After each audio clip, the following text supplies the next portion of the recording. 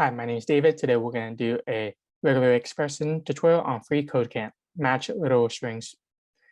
So this example is just a reminder of a review of what we did previously. So we declaring a variable test str, and this is a string.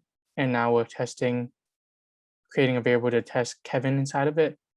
And then we have the regex.test.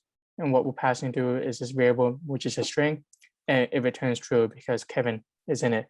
And this kind of search is an exact match. It has to be a catch and case sensitive as well. So this is saying that if it's lowercase, it will return false. So in this example, but it doesn't have to be that way. There's ways we can adjust it too.